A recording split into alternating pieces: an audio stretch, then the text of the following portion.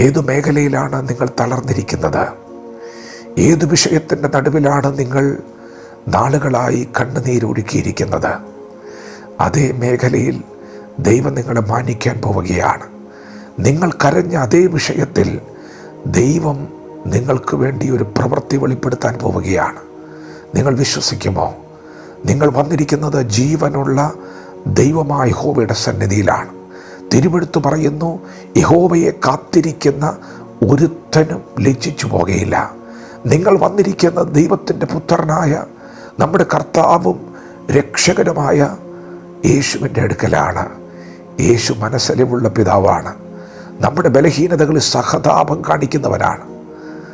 നമ്മുടെ പാപം ചുമന്നവനാണ്. നമ്മോട് സ്നേഹമുള്ള പിതാവാണ്. നിങ്ങൾ യേശുവിൻ്റെ അടുക്കലാണ് വന്നിരിക്കുന്നത്. നിങ്ങൾ കരഞ്ഞ വിഷയത്തിന് മറുപടി വരികയാണ്. നിങ്ങളെ സഹായിക്കുവാൻ പരിശുദ്ധാത്മാവാം ദൈവം നിങ്ങളുടെ കൂടെയുണ്ട്. പ്രിയപ്പെട്ടവരെ, നിങ്ങളുടെ മറുപടി തൊട്ടു മുൻപിലുണ്ട്. നിങ്ങൾ വിശ്വസിക്കുക, അത് സംഭവിക്കും. വിശ്വസിക്കുന്നവരാണ് ദൈവശക്തി അനുഭവിച്ചറിഞ്ഞത്. 12 വർഷമായി രക്തസ്രാവമുള്ളൊരു സ്ത്രീ പറഞ്ഞു, യേശു അവളുടെ വീടിൻ്റെ അടുത്തേ കൂടി പോകുന്നു എന്ന് കേട്ടപ്പോൾ അവൾ എന്താണെന്ന് പറഞ്ഞത്? ഇന്ന് ഞാൻ രക്ഷപ്പെടും, ഇന്നെൻ്റെ വിടുതലിൻ്റെ ദിവസമാണ്. അങ്ങനെ പറയണം. വിടുതൽ അടുത്ത നിമിഷം മുൻപിലുണ്ട്. എന്നാൽ നാം വിശ്വാസത്തിൻ്റെ വാക്കുകൾ പറയണം. ഇന്ന് പകൽ ദൈവം എന്നെ സഹായിക്കും, ദൈവം എന്നെ വിടുവിക്കും, ഞാൻ രക്ഷപ്പെടുമെന്ന് പറയണം. നിങ്ങൾ ഏത് വിഷയത്തിലാണ് കരഞ്ഞത്? അവിടെ ഒരു മാന്യത വരുന്നുണ്ട്. ഹന്ന എന്ന് പറയുന്നൊരു സഹോദരിയുണ്ട്. നിങ്ങൾ തിരുവെഴുത്ത് പരിശോധിച്ചാൽ ഹന്ന ദീർഘനാളുകൾ കരഞ്ഞത് ആലയത്തിൽ വന്നിട്ടാണ്. അവൾ കരഞ്ഞ വിഷയം തലമുറയെ സംബന്ധിച്ച വിഷയമാണ്.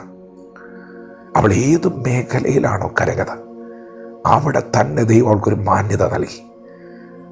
അവൾക്ക് ദൈവം നൽകിയ മാന്യത ഒരു മകനാണ്, ശമൂവേൽ. പ്രിയപ്പെട്ടവരെ, നിങ്ങൾ കരഞ്ഞത് ദൈവസന്നിധിയിലാണ്.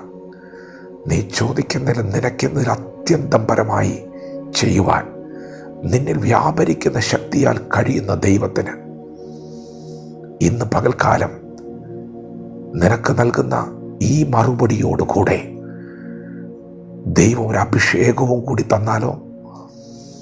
അന്നയ്ക്ക് അവൾ കരഞ്ഞ വിഷയത്തിൻ്റെ നടുവിൽ ഒരു മകനെ കൊടുത്തു എന്ന് മാത്രമല്ല, തൻ്റെ മകനിലൂടെ ആയിരക്കണക്കിന് തലമുറകളെ ദൈവത്തിങ്കിലേക്ക് തിരിക്കുവാനുള്ള ഒരു അഭിഷേകവും കൂടി ദൈവം കൊടുത്തു. അങ്ങനെയെങ്കിൽ ഇന്ന് പകൽ നിങ്ങൾക്ക് വിശ്വസിക്കാൻ കഴിയുമോ? നിങ്ങൾ തകർക്കപ്പെടുന്ന മേഖലയിൽ ദൈവം നിങ്ങൾക്കൊരു അഭിഷേകം തരാൻ പോവുകയാണ്. പ്രാർത്ഥനയുടെ മറുപടിയോട് കൂടെ ഒരഭിഷേകം. യേശു കർത്താവ് പത്രോസിൻ്റെ പടകിലേക്ക് വരുമ്പോൾ രാത്രി മുഴുവൻ അധ്വാനിച്ചിട്ടും ഒന്നും ലഭിക്കാതെ പടക് ശൂന്യമായിരിക്കുകയാണ്. പ്രിയപ്പെട്ടവരെ, പത്രോസിൻ്റെ പടക് ശൂന്യമാണ്. യേശു കർത്താവ് ആ പടകിൽ കയറി. ശൂന്യമായ നിൻ്റെ പടകിൽ നിൻ്റെ ജീവിതത്തിൽ യേശു വന്നിട്ടുണ്ടെങ്കിൽ നിൻ്റെ ശൂന്യത മാറാൻ പോവുകയാണ്. യേശു പറഞ്ഞു, നീ ആഴത്തിലേക്ക് നീക്കി മീൻ പിടുത്തത്തിന് വലയിറക്ക്. ദൈവശബ്ദമാണ് ശൂന്യതയുടെ പടകിൽ അവൻ കേട്ടത്. ഇന്നത്തെ നിൻ്റെ ശൂന്യത ഒരു ദൈവ മഹത്വം വെളിപ്പെടാൻ വേണ്ടിയാണെന്ന് വിശ്വസിക്കുന്നുണ്ടോ? ദൈവശബ്ദത്തോട് പ്രതികരിച്ച പത്രോസ് കണ്ടത് തൻ്റെ പടക് നിറയെ പെരുത്ത മീൻകൂട്ടം.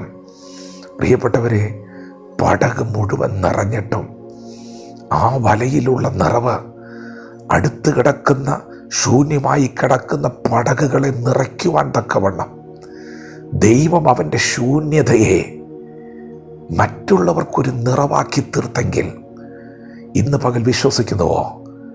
നിൻ്റെ ശൂന്യത ചില കുടുംബങ്ങളുടെ ശൂന്യത മാറ്റാനുള്ള ഒരഭിഷേകമായി മാറാൻ പോവുകയാണ്. നമ്മുടെ കർത്താവായ യേശു തലകുനിച്ചു നിന്നു.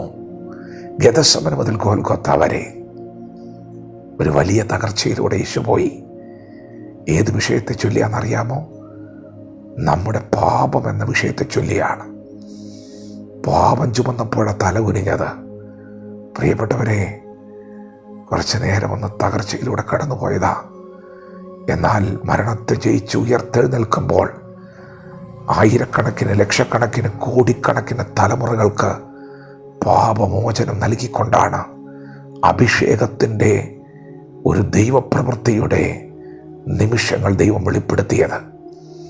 അടിപ്പിണരാലുള്ള സൗഖ്യമാണ് ദൈവം വെളിപ്പെടുത്തിയത്.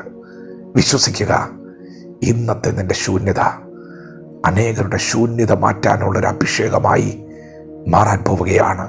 നീ തകർക്കപ്പെട്ടിരിക്കുന്ന മേഖലയിൽ ഒരു മറുപടി വരുന്നുണ്ട്. മറുപടിയോടുകൂടെ ഒരഭിഷേകവും വരുന്നുണ്ട്. വിശ്വസിക്കുക. ദൈവം നമ്മെ ഓരോരുത്തരും ഈ പകൽ അനുഗ്രഹിക്കുമാറാകട്ടെ. ആമേൻ.